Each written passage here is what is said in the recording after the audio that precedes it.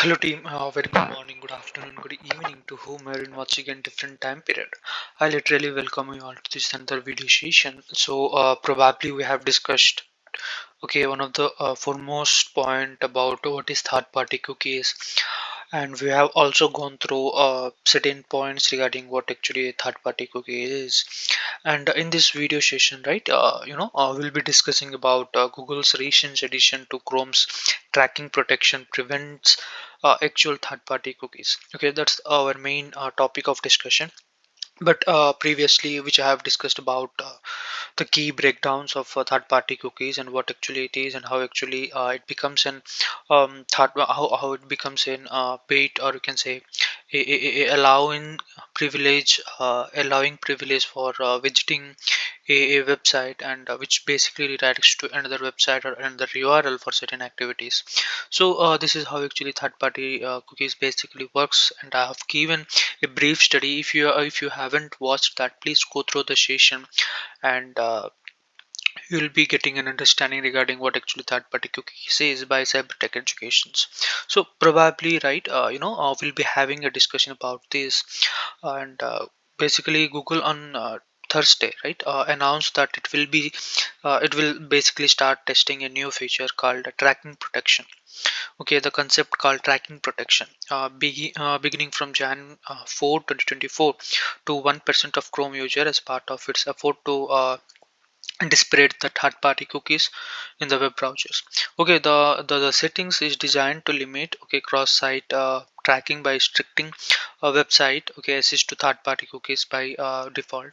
Okay, Autonomy Chef's vice president of privacy sandbox at Google had said that the tech giant noted that participants for tracking the protection will be selected as random, or we can say at randoms, and that the chosen user will be notified upon opening the Chrome, and either a desktop or an Android device.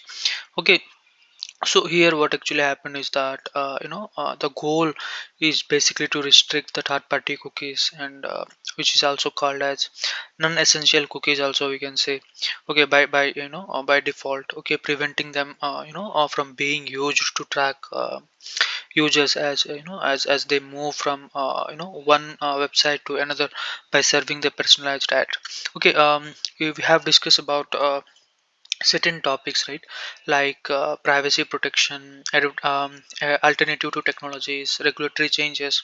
So we have also given example, how Apple Safari and Mozilla Firefox browser that basically implement the measure to block the third parties. Okay, so here it is also given that uh, some of the browsers like Mozilla and Apple have either already placed restriction on third-party cookies via feature like intelligence tracking prevention (ITP). Please note it down that intelligent private or tracking privacy, or we can say prevention. Okay, so on basically enhance the tracking protection firewall. Okay, Google is taking more on a middle ground approach that it basically involves devising alternative where users can access the online or free online content and services without compromising on their privacy. Okay, so basically, in mid, in 2023 October, Google basically confirmed its plan to disable the third-party cookies with 1% of user from Q1 2024 to facilitate the testing, and then basically ramp up to 100% of users from from Q3 2024. Okay, basically privacy sandbox. Basically, instead of providing a cross-site or a cross-app user identity or identifier, okay, that basically aggregates the limits or noise data, okay, through a certain API like protected audience or formally fledged, okay, topic and attribution reporting to help prevent user re-identifications. Okay, in doing so, right, the goal is to block the third parties from tracking basic user browsing behavior across the sites, while still allowing sites and apps to serve the relevant ad.